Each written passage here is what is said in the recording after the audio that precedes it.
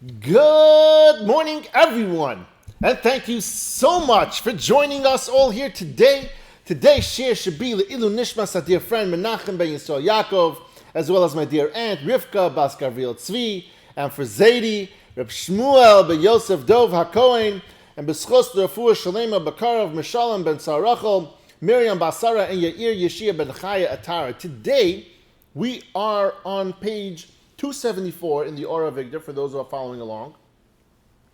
Today we're going to talk about Bitachon. When you ask someone for a favor and it didn't work out. Now, we know that they are the shliach, but let's talk about how you need to behave as a Baal Bitachon, as a Eved Hashem. When you go to someone, ask them for their assistance, they do their part, and it just didn't happen. It didn't work out the way you needed it to work out. It didn't work out the way you wanted it to happen, to work out.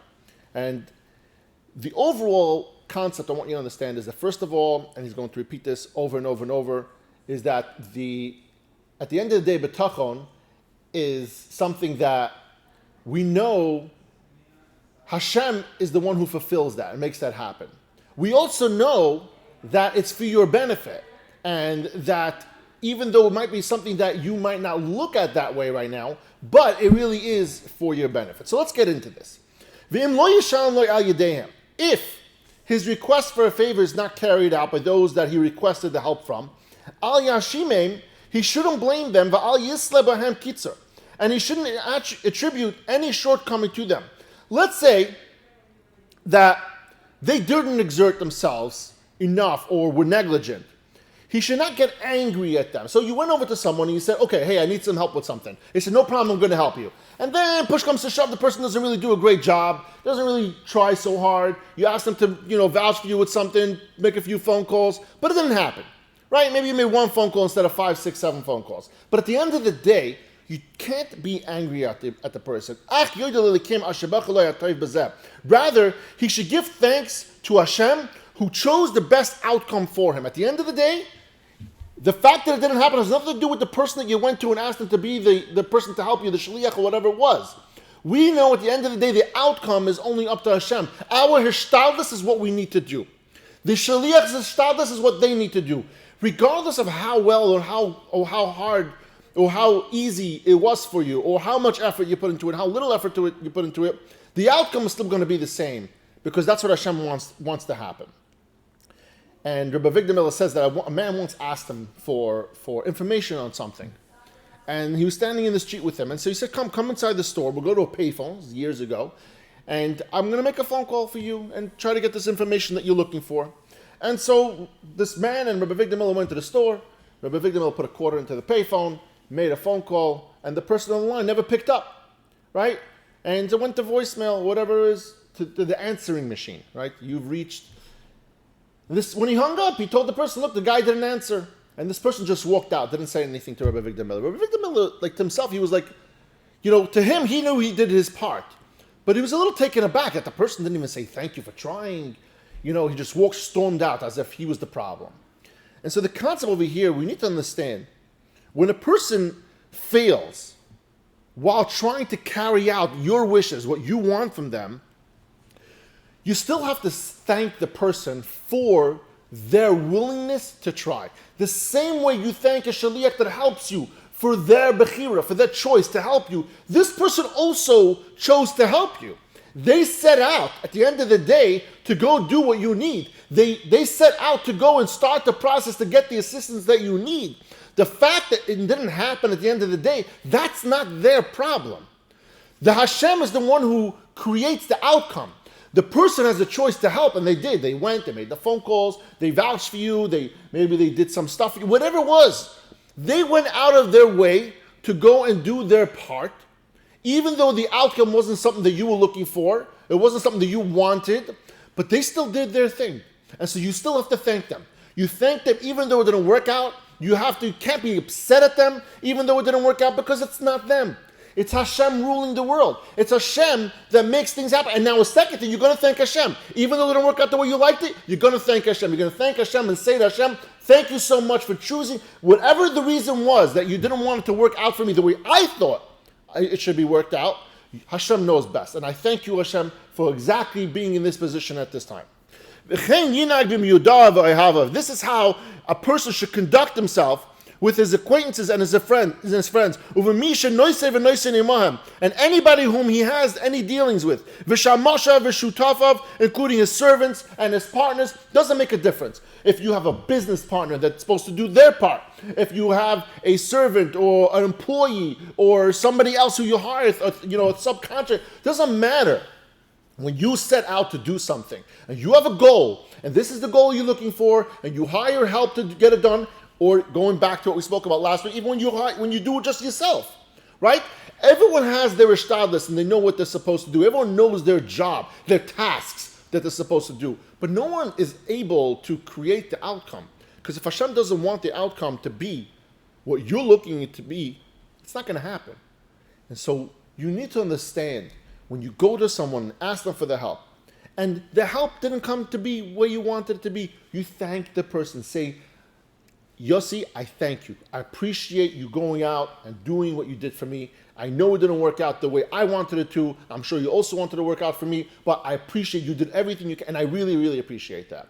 And then you say, thank you, HaKadosh Baruch Hu. I appreciate whatever you do for me, and even though I don't understand why this didn't work out for me at this point, I know that it's for my benefit, and I'm happy with that. Now, Bitachon, when you're asked for a favor. So now, we just finished talking about when we ask someone else for a favor. Now, I want you to understand, and I don't want to close this out without going to this part. I want you to understand, how do you act when someone comes to ask you for a favor? So you're the shaliach now, right? You're the person that someone's coming to for assistance, whatever the case is. So here's how you were supposed to act. So we know that you can't be mad at the shaliach, but you still have a job as the shaliach himself as well. Similarly, if someone higher or lower in stature or in position or in the social circles comes to ask you for a favor, he should attempt to carry it out with all his heart. And he should focus his mind on sincerely carrying it out. If the occasion should arise, this is based on the assumption that the person who's asking for a favor is worthy of the effort. We're going to get into that into a second. But when someone comes and asks you for a favor and you are willing to do that favor, you have a right to say no, by the way. You don't have to say yes to everything. But if you're willing to do that favor, right? You want to be that shaliach. You are happy that Hashem sent you this opportunity to help another yid. You are responsible to do it with your full heart and all your capabilities. If you're someone who's really good in a certain field, right? And someone comes to ask you for help in that certain field, and you say, yes, I will help you. You do whatever you are capable of doing. Exact same way you would do it if you did it for yourself. If you know you were doing it for yourself, you would do it with more emphasis. Do it with more emphasis for this individual as well. You need to know that you did everything possible to make sure you help this person, because that's your hishtadlis. We know, going back to hishtadlis, when it comes to working a job, you can't just put your feet up and say, oh, I did something. No, you need to go to work. You need to do things. You need to do what makes sense for you. B'derech hateva. Go do what you're supposed to. Don't just go out to work for an hour a day at minimum wage and say, oh, well, if Hashem wants me to make money, I'll make money. No, that's not the right way. You need to go out and do your part. So when someone comes to you and asks you for a favor, you take on that job, that task. Do it as if it's your own job also. Do it as if you're doing it for yourself. Meaning, you would put in your full heart into it, right? Because you want that to happen for yourself. Same thing you would do for somebody else. If you're not willing to do it with your full heart, don't do it.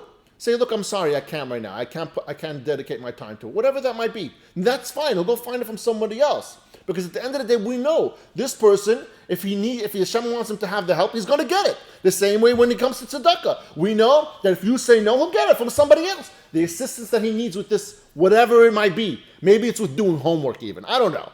Whatever it is, if someone comes over to you and says, can you help me? And you say yes, do it with your full heart as if you're doing it for yourself. And then with the part where he talks about if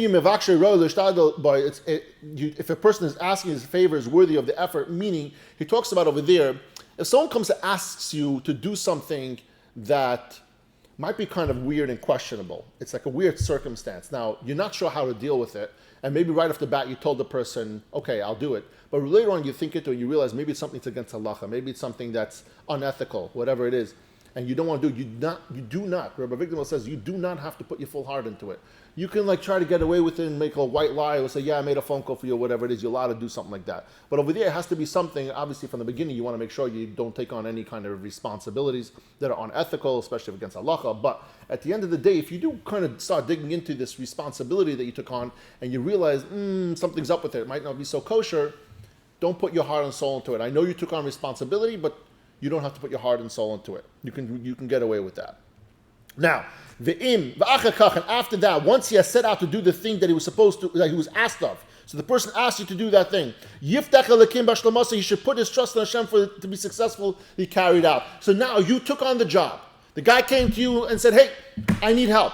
Are you willing to help me? Yes, I'm willing to help you. Perfect. Now you took on the responsibility. Now your job as a Baal Bitachon, who's helping out somebody else as the shliach, is to trust Hashem that Hashem is going to help you get that done. You want to get it done for this person. You need to trust and have Bitachon Hashem that Hashem is going to help you get it done for this person. Hashem is going to make sure that you could be that shliach. You want to be that shliach. You want to get that schar. And so the same way this person has to have a trust in Hashem that it's going to be done for him, you need to have trust in Hashem that it's going to be done through you for this person. And again, if it's something that Hashem wants it to be done for this person, and even more when it comes to shliach, Hashem also might want it to be done through you. Okay, that's also okay for whatever reason. But the opportunity came to you right now, you do that opportunity. And if Hashem completes it through him, through you, the shaliach, and makes him the means of providing a benefit for the person who requested the favor, meaning that you were zeicha to fulfill the request of the individual who came to you, and he came to you, asked you for the help, you did your part, and it worked out. It was awesome. He should thank Hashem that he was able to help someone, but not because he did it, not because you were the one who was strong, who knew what's going on in the industry, who knew the connections to put one on one together. No. You're not the one. Don't think you're the person who got it done. You thank Hashem that Hashem used you as the shaliach. That's it. You are not capable of doing anything. You were strictly doing your ishtalis in this situation, which is someone that came to you, asked you for a favor, and you were willing to take on that part. And if success is withheld from him, so let's say you went out, you worked yourself off, and it didn't work out, and he doesn't get the opportunity to fulfill that person's request. You didn't, you tried, you really wanted to help this guy, but it doesn't work out. Al Yashem Nafshay. He shouldn't blame himself. He should know that Hashem withheld it from him. So if you went out and you tried, you did your part, don't feel down on yourself. Don't say, I left myself down. There's so many times we have things in life, sad stories, and people think to themselves, had I only done more? I was involved, but if I would have done a little bit more. Don't beat yourself up over it, Rabbeinu Chaya says over here. You did your part. You couldn't do more. Hashem wanted this outcome to happen. It's not up to you to dictate that outcome. You did your part, you tried, you worked with it. And ultimately, if it didn't work out, that's because that's what Hashem felt was the best thing at that time for that individual. But you are not to blame. Don't blame that person shouldn't blame you.